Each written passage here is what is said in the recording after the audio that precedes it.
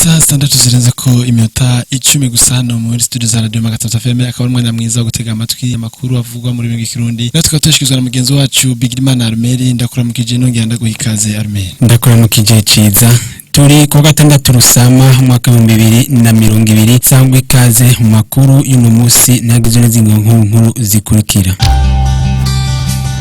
Ubugingo ikiza cha coronavirus kitarahera mu Burundi ndetse no mu yandi makungu umugambi wo gukaraba amazi meza hamwe n'isabuni ngurabandanya ukirikizwa ngo kandi n'abakokayi bakaba batasigaye inyuma. Ngo kwiga imyuga ni bimwe mu bituma ubukene bugabanuka na cyane cyane ku bakiri bato baba bakikijwe n'ubukene butagira izina. Muri ano makuru turaza kumva amakuru avugwa mu bihugu bigize akarere ka Afrika y'ubuseruko mu buhinga bw'ivyuma turiko dufashwa na Richard Ndayizigiye sangwe ikaze. Gwino muri sanze muri radio magara tanze fe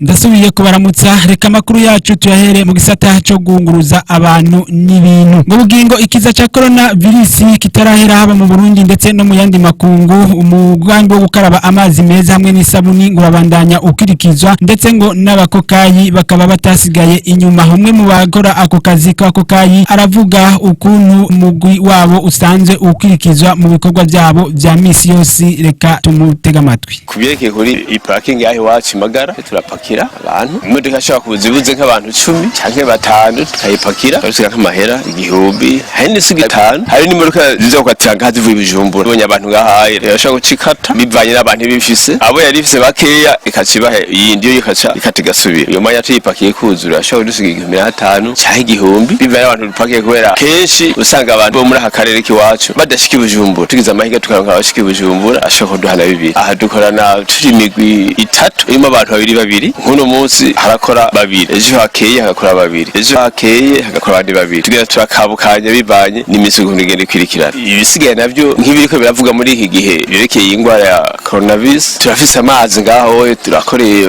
barakaraba afise sabuni nkuko leta yategetse ati ahakorana abantu benshi tuza kuba hari imbegeti z'amazi aho wacu zirahari n'uri karengana cyabura gute ahantu byo leta isaba birahari hari n'ubundi mugwi w'abatari abonyene turegera turakorana neza nta ngorane. Tukiri mu cyo gisatanyene bagira ko basaba kandi ko abatwara imiduga yuko bogerageza gukorana neza hamwe nabo bakokayi kandi bagasaba cyane ngo abo bita abakonvoyeri ko mu gihe baba bakiri bashasha bataba baramenya amategeko y'uwo mwuga. Akaba kandi ari Celestin Sindakira abandanya twumviriza akorera ku gituro cy'amiduga kiri ku Magara. Reka tumumviriza akabari mu dukesha mugenzi wacu Jean Chiza. Amategeko y'wacu ntaremeye cyane nk'izindi parking yataduhaye amahera biravana n'imibereho y'umuntu ukuntu yakuze cyakuntu abayeho nkaje uruhande waje yatse kuyampa ndamura kagenda ariko hariho yindi migwi irimo abandi bagenze dukorana bahora batera n'indurugo zaho umenga boshamirana ariko uruhiro akagira umwe arekura aho nkaje mvugishije ukuri n'uwo dukorana arabizi yanse je ndamureka kandi iciza haraho mu nyuma uzobona agaruka yihanuye akayamba ico nobwira abo bashoferi bo kwikebuka mu bashoferi si keshi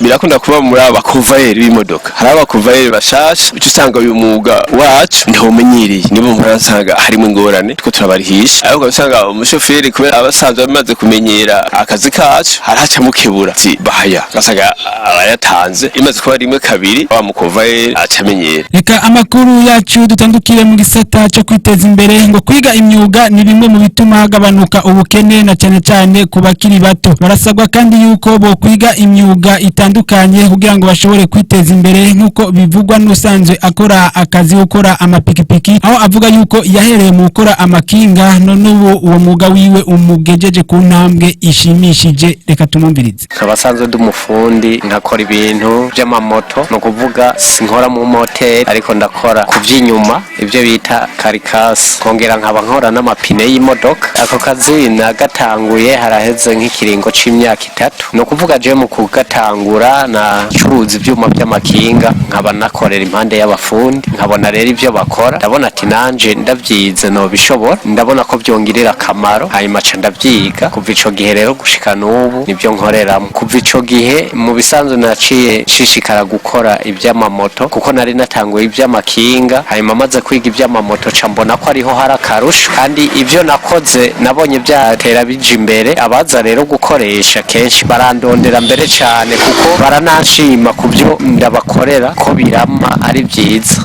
ndanezererwa mbere cyane iyo ndose umuntu aza mbarira ati nyigisha kuko n'umwuga ushobora gukora ushikaho uzokumvira ko inguvu zawe zigabanutse rero uko gwaruka ruguma rutembera mu ibarabara taco rukora akamanuro rutera nuko gwoza nabwo rukiga umwuga kuko umwuga umaze kuwiga ukawumenya ukubwirira akamaro kanini cyane gose ico no basaba nuko boreka kuguma batembera ariko bakitaho kwiga ibintu by'imyuga sivyo gusa ngo n'abasanzwe bakora akazi ko gupoma amapine y'imiduga amakinga hamwe n'imoto nabo nyene barahamagarira abakiri bato na cyane ngo batagira akazi kwijukira kumenya gukoresha ngo ico cyose coza kibafasha mu kwiteza imbere nkuko tubibwirwa na Ningerera Elifaze asanzwe akora akazi ko gupoma amapine y'imiduga arahamagarira ugwaruka nabo nyene kwijukira gukora imyuga mito reka tumutega amatwi akaba ari inkuru dukesha mugenzi wacu Hawabuka ubwo guma bagikorera akamaro ko gupompa amapine no kuvuga amapine yatobotse canke za pomporotse ipepu zikavamwo ico kidufasha kongeramwo ipepu bacita compresseur nico gifasha gushiramwo ipepu mu mapine y'imodoka kubasanzwe rero batakizi ico nico bita compresseur nico gitanga ipepu zinjira mu mapine y'imodoka kugira imodoka igende neza mu gihe abakiriye baje gukoresha ibintu bitandukanye kubera mbasanzwe ndi umwe ingorane duhura casanga ndushe cyane kuko cankora ntaruhuka ni kimwe mwarimu mbajije yuko abantu baguma batembera mu ibarabara na cane nk'ugwaruka kuko niko ruba rugishushe mu mutwe dushobora kubifata nico gituma rero ndabatera kamo kuza kwiga kuko nk'iyo akazi kabonetse ari kenshi ndaruha cyane kuko mba ndumwe reka amakuru yacu tuyabandanize mu makuru avugwa mu bihugu bigize akarere ka Afrika y'ubuseruko nayo tugatubwira tuyashikirizwa na mugenzi wacu aho ndayiragije kazi reka n'amakuru tuyahere mu yavugwa mu Burundi naho umugera wa coronavirus wahagaritse ibikorwa bitari bike mu bihugu bigize isi uyu munsi ugira 9 mu Burundi hatanguye igikorwa cyo kuyamamariza ikibanza cy'umukuru w'igihugu aho mu bitoje bavuga imigambi yabo yavugwa muri Kenya amatohoza ku cyateye isanganya y'indege itwara imiti muri Kenya abategetsi bo muri Kenya bariko baraperereza ku coba cyatumye indege itwara ibikoresho byo kwa muganga ikoroka igahitana ubuzima bw'abantu barenga 6 abajeje uruja n'uruza rw'indege muri Kenya batangaje ko iyo sanganya riteye amakenga bavuga ko iyo ndege yariko yegereza akarere ka Bardar muri Somalia kamenyesha yuko ico kibanza kiriko kiratohozwa abategetsi bo muri Somalia bavuga ko iyo ndege yarashwe Ahmad Isaac umutegetsi wo muri ko karere kubumanuko bushira uburengero bwa Somalia yabwiye itorokanizo ry'abanyamakuru api yuko misile yarashe iyo ndege yaje iva mu butaka muri ako karere aho iyo ndege yari igira imanukire ku kibuga cy'indege cya gisirikare imbere yo kubandanya urugendo rwayo ico kibuga cy'indege kirongowe n'abasirikare ba Ethiopia mu bikorwa by'ishiramwe mu kugwanya umugabo w'abagwanyi ba Al-Shabaab n'abakorana na Al-Qaeda abo bagwanyi nibo bakorera muri ako karere iyo ndege yaguyemo reka tuyabandanirize mu yavugwa mu Rwanda nyuma y'imisi 45 abanyarwanda bugaraniwe mu ngo zabo kubw'umugera wa coronavirus ubutegetsi bw'u Rwanda bwarafashe umwanzuro ku munsi wa mbere wo kugurura imipaka ndetse bwo kugurura abanyagihugu kugira bishore no kwizana ariko bakabwira ko basaba ati uko biri kose no kwama murinda amategeko twabahaye abanyarwanda bategezwa kwinjira mu miduga bambaye udufuka munwa aritwo bitwa mu kinofunofu dukaske cyangwa dukashine biravugwa kandi ko abanyarwanda batanguye gushyira mu ngiro igikorwa cy'urucuruza ariko bagasaba gukora imyitozo za siporo akenshi gashoboka kugira iminsi bamaze bari mu mazu bikunde ubuzima bwabo bubandanye bukora neza ariko kugeza ino saha amashure y'amashengero utuzu tw'ubunwero utuzu tw'uburiro ndetse n'utuzu tw'ukuryamamwo biracugaye nta munyeshure ajya ku ishure nta uja gusenga haba abajya kwivuna akanyota canke ngo bogwiriye ko bahava baronka aho bakika umusaya mu Rwanda nyene igisagara ca Kigali kiraburira abantu bakora ingendo mu masaha y'ijoro bategurira ibihano mu gihe batokwisubirako amasaha batagomba kurenza ni 2 z'ijoro umuyobozi w'igisagara ca Kigali yamenyesha ko nubwo hasotse itegeko rirekura ko abanyarwanda batangura imirimo yabo bakava mu mazu basaba ko bakomeza kwirinda coronavirus aho ku munsi wa mbere hagaragaye abarenze amategeko bahawe, ariko akanamenyesha ko uzoyarenga wese ibihano byiwe birategekanijwe. Nyuma y'iminsi ibiri rero abantu bemerewe kongera gukora ibyabo, haragaragaye ku mbuga nkoranyambaga haba za internet, za WhatsApp, za Facebook amafoto y'abafashwe ngo bashizwe muri sitade. Umuyobozi w'igisagara ca Kigali yakanye ico gikorwa agasobanura ko abo bafashwe nabatashe ijoro nk'uko amategeko yo gutaha mbere ya saa 2 z'ijoro ni mashasha ugeranije n'ayandi abantu bari bamenyereye yo kuguma mu rugo. Nama y'abaminisitiri yo kuwa 30 ndamukiza no mwaka turimo yafashe ingingo ko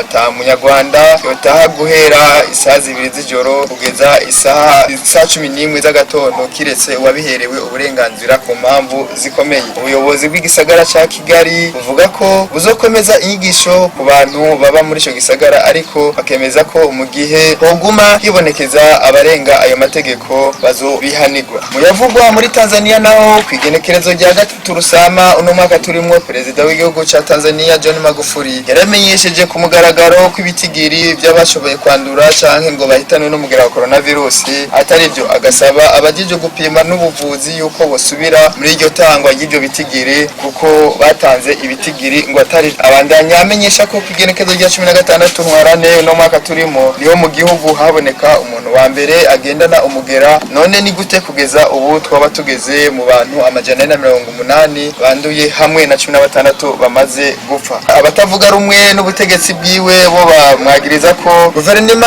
ya perezida John Magufuli yafashe minenegwe ico kiza ca coronavirus, na nyaburyo bivuga ko mu bindi bihugu haciye yafatwa ingingo yo kugara ibintu bitari bike, haba amashure, amashengero, ibibuga vy'indege, utuzu tumwe haba tw'uburiro cyangwe tw'ubunwero. Ariko Magufuli we bamwagiriza kandi ko yaretse amashengero abandanya akora ukuri kwamye. Mukamenya ko ubutegetsi bwa Magufuli bwashoboye kugara amashure gusa, aho urudandazwa ndetse n'ingendo zimwe zabandanije zikora. Ayavugwa mu Buganda mu mvo zo gushigikira muri ibi bihe bya coronavirus, Perezida Yoweri Museveni yaratanze ibifungurwa ku bantu batishoboye ugariwe mu mazu mu Bugande, agira ko ashimira amashirahamwe hamwe n'imvukira zo mu Buganda bo bashoboye kugira ico bakoze kugira bagaragaze urukundo mu gihugu ca Uganda. Aho ni mu gihe ayo mashirahamwe ndetse n'imvukira zo muri Uganda bahaye guverinoma ya Uganda imiduga 50 yo mu bwoko bwa Rava4 hamwe na zambirase zizoshobora korerura abantu bashoboye kugwara canke abantu batowe uwo mugera wa coronavirus. Abategetsi b'igihugu ca Uganda bo bamenyesha yuko hakenewe imiduga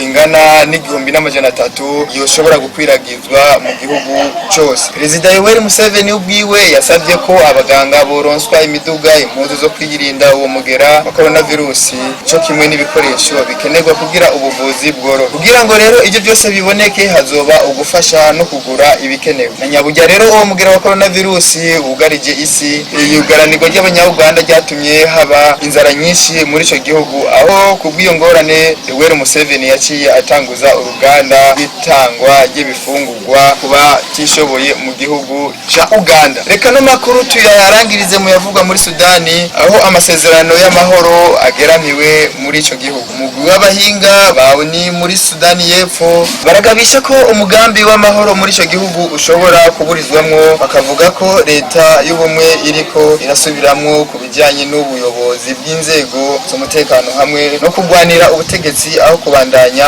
ishigwa mu ngiro y'amasezerano. Uwo mugwi wabwiye akanama kawo ni kajejwe amahoro n'umutekano mu ndwi iheze ko abateye umukono ku masezerano y'amahoro bananiwe kubahiriza ikiringo cyo gushira hamwe abagwanyi babo. Bagiriza abakomanda b'igisirikare ca leta hamwe nabo mu yindi mihari gutegeka abagwanyi babo kuguma hanze y'ibibanza by'ikoranirizwamwo hamwe no kugumya ibigwanisho gera bazobashe kongera kugwana mu gihe intambara yo kongera kwaduka. Aronde iragije amakuru yo mu karere ka Afrika y'ubuseruko ku bwa Radio Magara Times FM. Reka tugushimire aho niragije kunano makuru uwadutohoreje, hakaba nayo makuru turangirije ko amakuru yacu iyo no musi. Reka nshimire namwe mwese mwadutije abiri, ntibagiye gushimira uruganda rwa Radio Magara Times FM rwadutorokanirije. Reka nkengurukire Richard Ndayizigiye yakatuma amajwi abashikira, Ahmed Gimanje nako ndabashikiriza mugira mu bamubaho. Ngwino muri sanze